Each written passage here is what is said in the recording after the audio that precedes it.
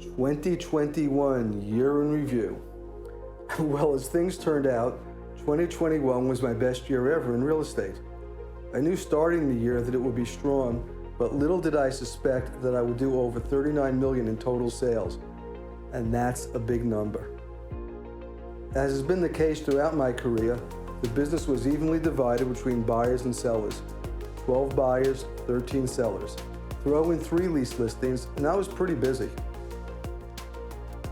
Most of my business is in the South Bay beach cities of Manhattan Beach, Hermosa Beach, and Redondo Beach. I did 15 transactions in the beach cities, including 10 in Redondo Beach, where actually I've been one of the top-rated agents for as long as I can remember. Let's just say that.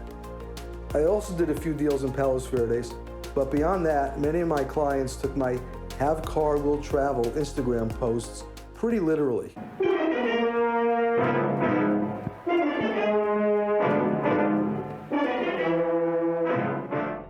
I sold homes in LA County, of course, Orange, Ventura, and Riverside County, with a distance of over 100 miles between a property I sold in Newbury Park and one in Mission Viejo in South Orange County. Throw in another sale in Thousand Oaks and Huntington Beach and Quinta for good measure. And I'm not even counting the house that my wife and I bought in Palm Springs because that one isn't even built yet. It's just an empty lot. Well, all that driving certainly seemed like a good idea a year ago when there was less traffic on the road. But these days, the 405 is back to being a parking lot, so I might be staying closer to home in 2022. Well, I'm saying that now, but that's going to last until someone calls, and then I'll be visiting points beyond again. The lowest priced home I sold was $450,000, and the highest was $3,351,750. Median price was $1,588,250, which was just about what the average was as well. Ready for a 2021 month-by-month recap? Okay, let's get started.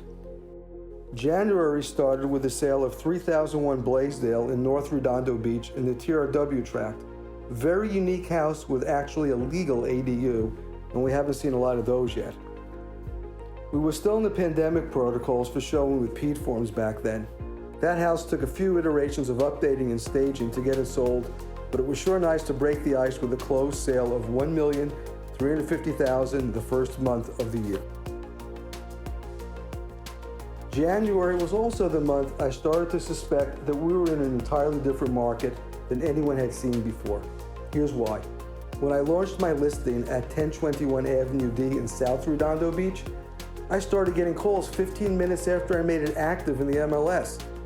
It was an escrow the next day for over the asking price and sold for $2.2 million. Actually, that was the second time I sold that home for a higher price the second time, of course. But I was still quite unprepared for how strong buyer demand really was.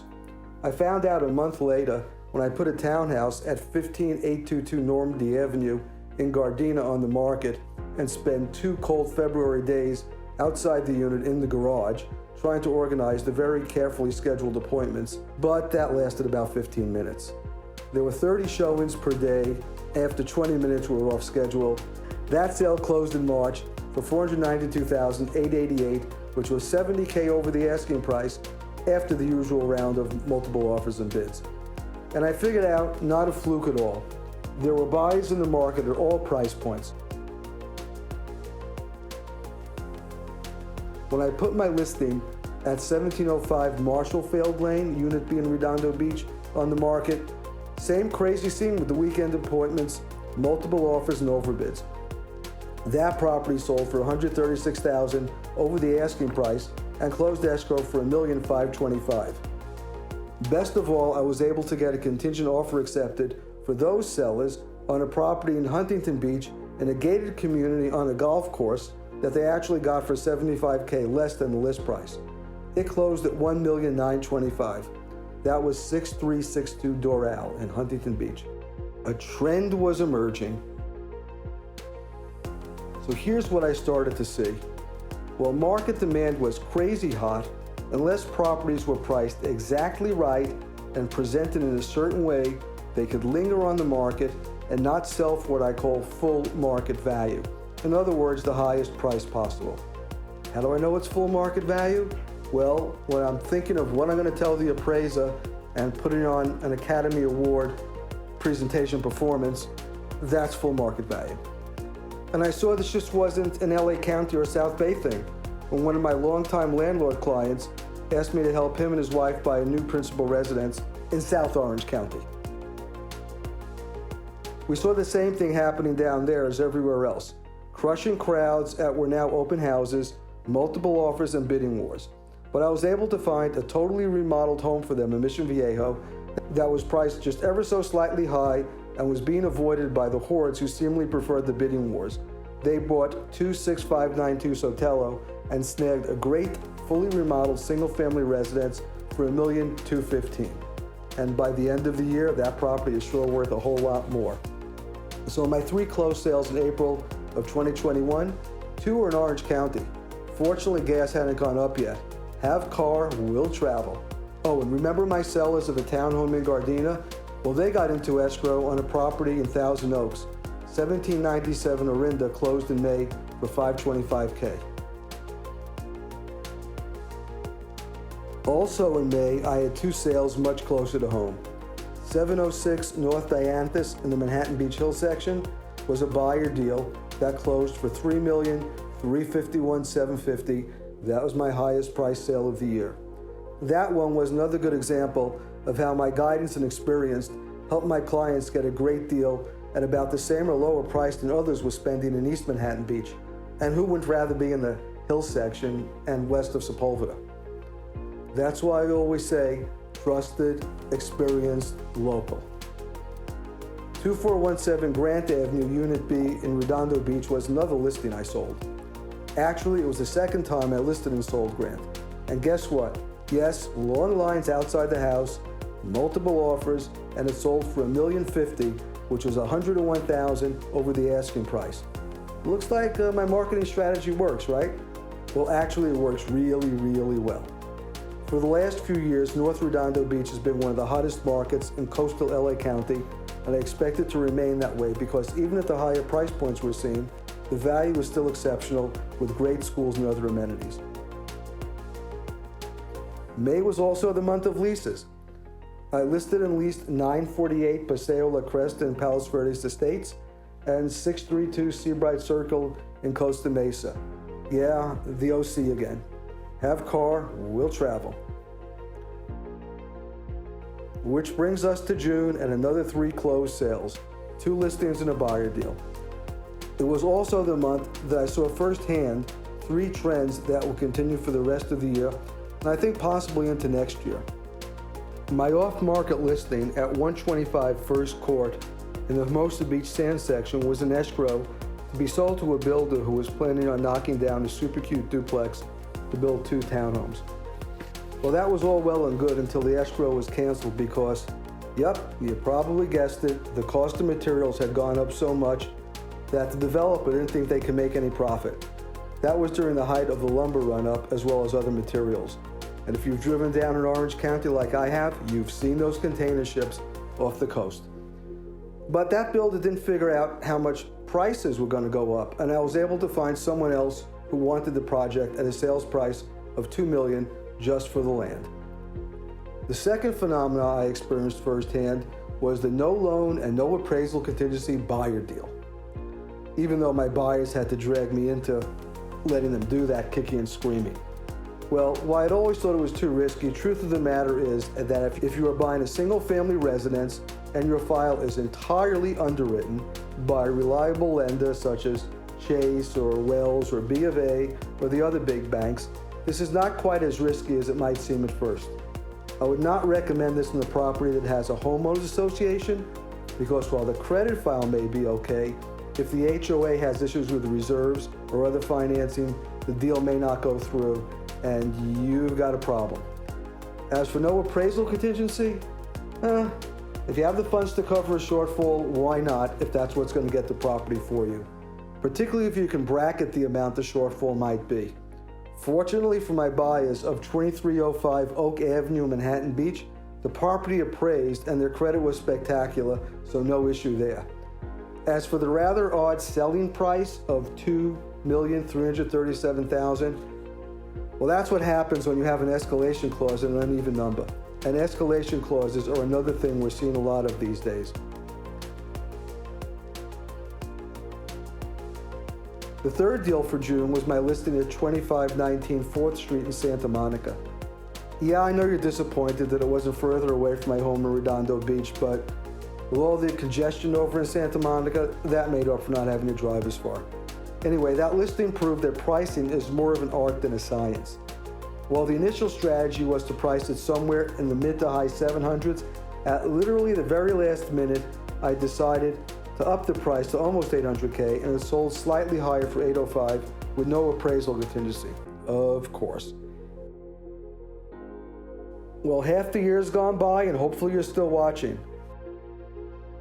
July was slow by comparison. Only 2 buyer sales. One was in Newbury Park because I really needed to put a lot more miles on my car. The other was in South Redondo Beach because the beach is what I do. The Newbury Park townhouse at 607 White Oak sold for $630,000. Curiously, in the small world of real estate I inhabit, my clients who bought the townhouse in Thousand Oaks, the one in Orinda, also made an offer in the same complex in Newbury Park. So I sure sounded really knowledgeable when my buyer client asked me about the property because I knew the complex. Speaking of driving, the listing agent for that one was based out of Santa Barbara, so we're both driving quite a bit. And yes, the buyer waived the appraisal contingency. And closer to home, I represented a buyer in the Village Palos Verdes complex in South Redondo Beach. Well, that one's actually in the city of Torrance with a Redondo Beach mailing address. Got that? Anyway, that's one of my favorite complexes. It sits at the foot of the Palos Verdes Peninsula. Many homes have ocean views, and you can walk to Riviera Village and Rat Beach. What's Rat Beach? Well, that's a shortened version of right after Torrance, what the rest of us call South Redondo Beach. The 2-bedroom plus the ocean view property at 111 Calle Mayor sold for $1,425,000.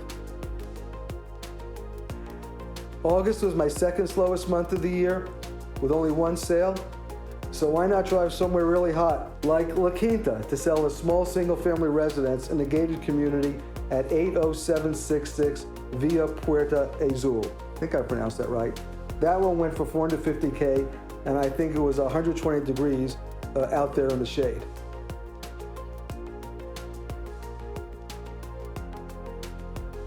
But I kept closer to home with a listing in the Manhattan Beach tree section at 1829 Oak Ave.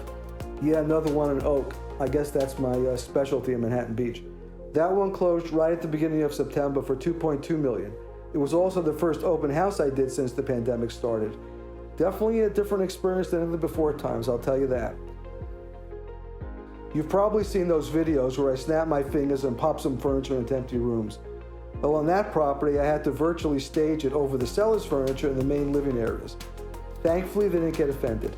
Closed escrow at $2.2 million. That seems to be a pretty good number for me lately.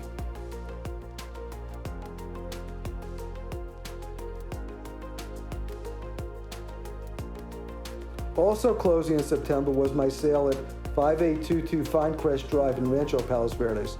That one went for $1,615,000. And yes, because it was a single-family residence, the buyers waived the loan and appraisal contingency because I guess that's the new normal, right? October was a month for closed listings. 634 9th Street in Hermosa Beach sold for $2,225,000. A few good data points on that one. First, if you're looking for evidence that I really do get results that others don't, well, look no further. The unit I had listed sold in 9 days and over the asking price. That one was a middle unit. The front unit, which was virtually identical, but only had one common wall, was on the market at the same time for less. After 62 days, that seller put that listing on hold. Enough said about that. I get results. Also, I actually physically staged that house, well, except for 2 rooms, which I virtually staged. As you know, I'm a pretty big fan of virtual staging, particularly for the visuals. But sometimes you need the furniture really there, physically, to create the right beachy feel.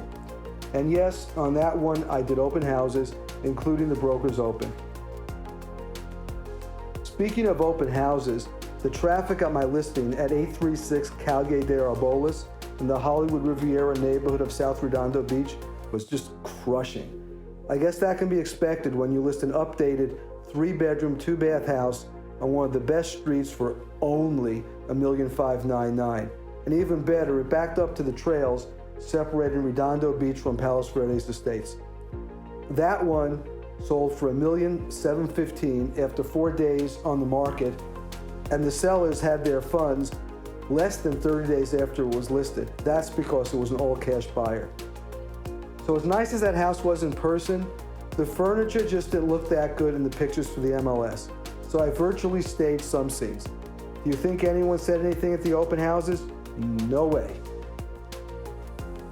Well, and to round out October, I found a tenant for my lease listing at 1612 Voorhees in Manhattan Beach. November was back to 1 buyer sale and 1 sold listing. My listing at 2707 Rockefeller Lane, Unit C in North Redondo Beach sold for $1,350,000 after 6 days on the market, a mere $51K over the asking price, but it served the purpose of getting into escrow so my seller client could buy his uplaying property. That was the second time this year that I had a seller become a buyer making a contingent offer.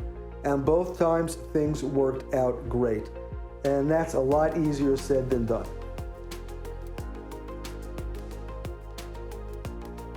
I also represented the buyers of one of the most expensive houses ever sold in North Redondo Beach. 2610 183rd Street went for $2,649,000. This huge 3,500 square foot single-family residence was new construction, designed by an internationally acclaimed architect, and it really showed. Let's take a look.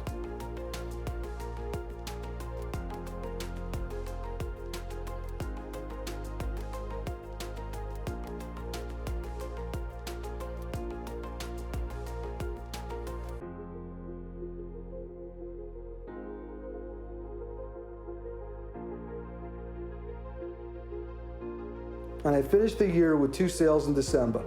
One was a listing in West LA at 1616 Granville Ave, Unit 103. Great location and an updated condo. Since it was vacant, I once again did the drop the furniture into the video virtual staging trick. Here's what I learned on that sale. West Side agents don't know how to use super boxes. I've never had so much trouble with keys. It really isn't that hard. 2608 Huntington Lane, Unit A in North Redondo Beach was also new construction. Turns out for that builder, no loan or appraisal contingency wasn't enough. The builder also wanted the earnest money deposit wired directly to them bypassing escrow. That was a new one, but these days, buyers have to do whatever it takes. But that one was gorgeous new construction that everyone seems to want these days in the coastal style, and it was built by Thomas James Homes. Speaking of new construction, my wife and I bought a vacation home in Palm Springs, which hasn't closed escrow yet. Well, it hasn't even built yet. All we have is some land at this point. And yes, I totally ate the dog food like all my clients. No appraisal or loan contingency. So how crazy is that? But at least I can authentically say that I'm not recommending my clients do anything that I haven't done. So what do I attribute my great year to? Well, my amazing marketing and winning personality, of course. Well, not really. More accurately, the housing market has been on fire, and with the transition to work from home, a lot of people have been on the move. Add to that, many of my seller clients also bought other homes that I represented them on in their purchase. I really want to thank all of my very loyal clients. You trusted me to help you buy or sell or invest in real estate, which is the biggest investment most of you are ever going to make. Thank you so much. Most of all, I want to thank my wonderful wife for letting me be the obsessed workaholic perfectionist I am and supporting all my career goals. On to 2022. Namaste, LA.